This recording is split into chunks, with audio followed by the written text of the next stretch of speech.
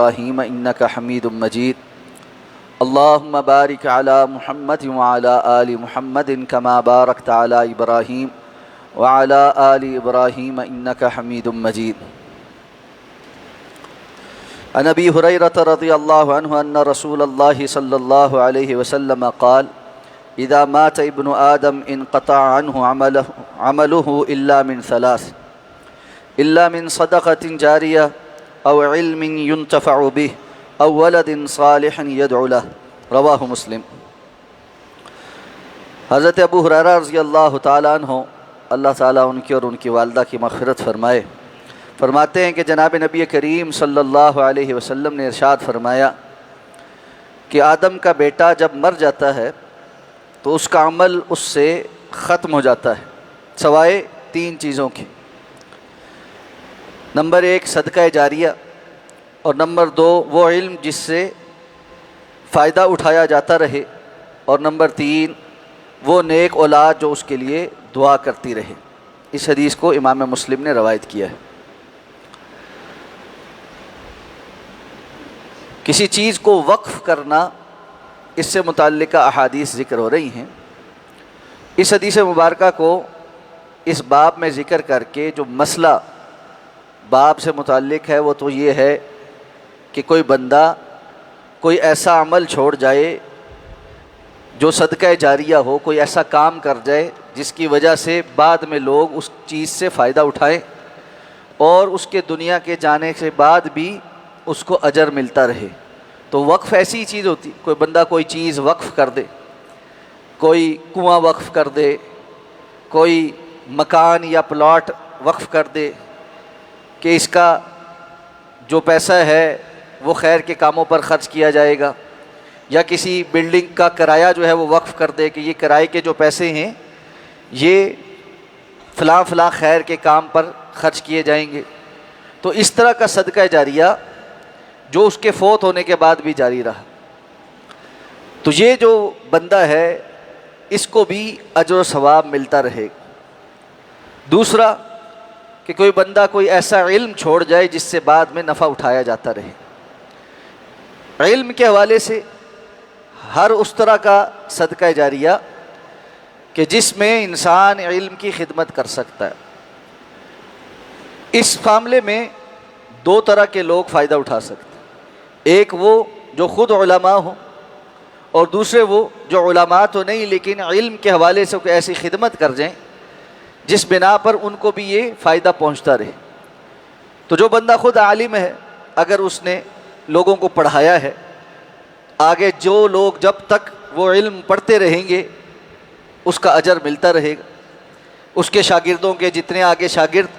تو یہ در حقیقت نہ ختم ہونے والا سلسلہ ہے کہ انسان کا شاگردوں کا سلسلہ ہو اور وہ آگے اور لوگوں کو پڑھائیں اور اس کے نتیجے میں اس شخص کو وہ اجر ملتا رہے.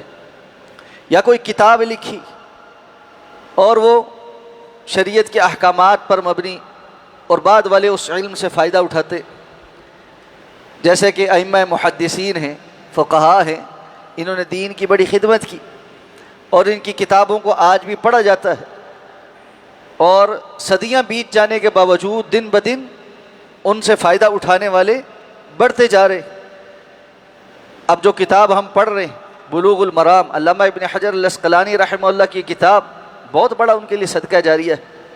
اور بلا شبہ جب سے انہوں نے یہ کتاب لکھی ہے آج تک شاید کروڑوں لوگوں نے اس کتاب سے فائدہ اٹھا لیا. اور اس طرح دیگر کتابیں، صحیح بخاری، صحیحین سارے، اور ابھی ہم یہ حدیث جو پڑھ رہے ہیں یہ صحیح مسلم کی ہے، تو امام مسلم نے اس کو روایت کیا ہے، اس کا اہتمام کیا. آج ہم نے یہ حدیث پڑھی تو ان کو بھی اس کا اجر پہنچا. تو یہ بہت بڑا فائدہ ہے.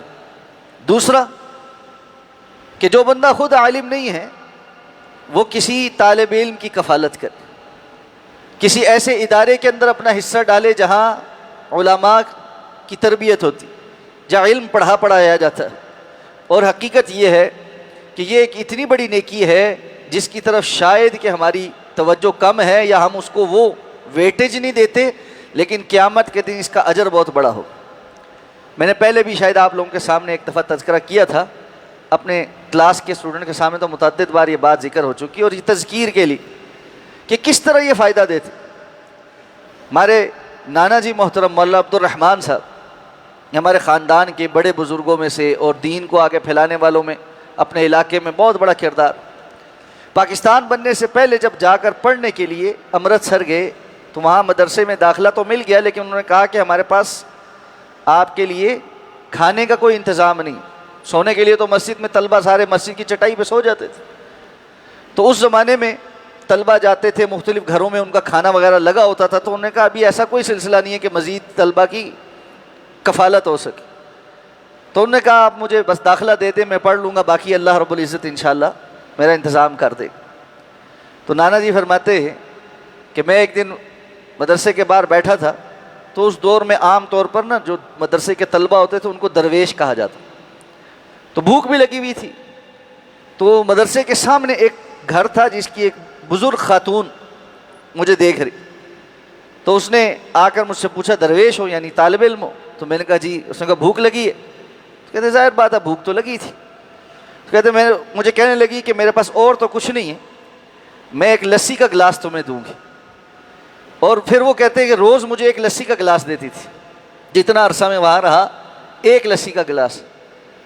اور وہ جب بات بتا رہے ہیں تو کہتے ہیں تب سے لے کر آج تک 70 سال انہوں نے ایک جگہ خطابت کی ہمارے نانا نے، باغ کی جو مسجد بنائی اور اس کے بعد ماشاءاللہ وہاں کہتے ہیں ایک دن بھی ایسا نہیں گزرا جب میں نے اس خاتون کے لیے دعا نہ مانگی.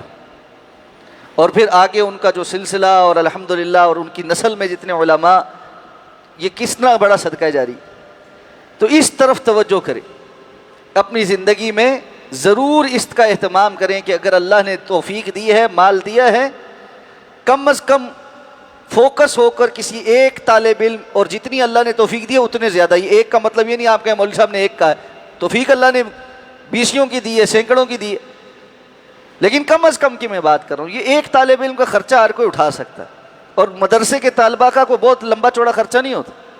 یعنی ایک عام طالب علم کا مدرسے میں جو خرچہ ہے وہ آج کے دور میں 6-7 ہزار روپے میں چل جاتا ہے نظام. یعنی اگر ہم کسی مدرسے کے ساتھ اس طرح فوکس ہو کے کہ یہ ایک طالب علم کا خرچہ ہر ماہ کا ہم اٹھائیں گے، تو نتیجہ کیا ہے؟ اللہ تعالیٰ کچھ سالوں میں ایک طالب علم فارغ کرے گا، پھر دوسرا، پھر تیسرا، کتنی کی اللہ توفیق دے دے. کتنے یہ علماء آپ کے لیے صدقہ جاریہ بنے. اور ان میں سے کوئی اگر ایسا ہو کہ جس کے آگے ہزاروں شاگرد ہوں تو پھر کتنا صدقہ جاریہ بنے. یہ بہت بڑا علم کی خدمت کرنا. اسی طرح خیر والا لٹریچر چھپوا کر تقسیم کرنا، اس کے لیے کوشش کرنا. اور پھر تیسری بات آپ صلی اللہ علیہ وسلم فرمائی نیک اولاد جو اپنے والدین کے لیے مغفرت کی دعا کرے. اولاد کی تربیت کرنا، ان کو اس جانب لگانا. اور اگر اللہ یہ توفیق دے دے کہ اولاد کو بندہ عالم بنائے، وہ علم والی خدمت بھی ہو جائے، اولاد والی ہو جائے، اور یہ عالم اولاد اپنے والدین کے لیے جس اخلاص کے ساتھ دعا مانگے گی اور جتنے آگے لوگوں کے لیے کو پڑھائے گی، اس سے بڑا صدقہ جاریہ کیا ہوگا. تو یہ 3 کیٹیگریز ایک جگہ پوری ہو سکتی ہیں. یہ تینوں باتیں اگر بندہ اپنی اولاد کو صدقہ جاریہ بنا دے اور ان کو دین کا علم پڑھا کر اس طرف لگا دے اور وقف کرے، تو یہ بہت بڑی نیکی ہے. اللہ تعالیٰ مجھے اور آپ کو عمل کرنے اور اس کو پر اختیار کرنے کی فکر عطا فرمائے. سبحانک اللہم و بحمدک، نشہد ان لا الہ الا انت، نستغفرک و نتوب.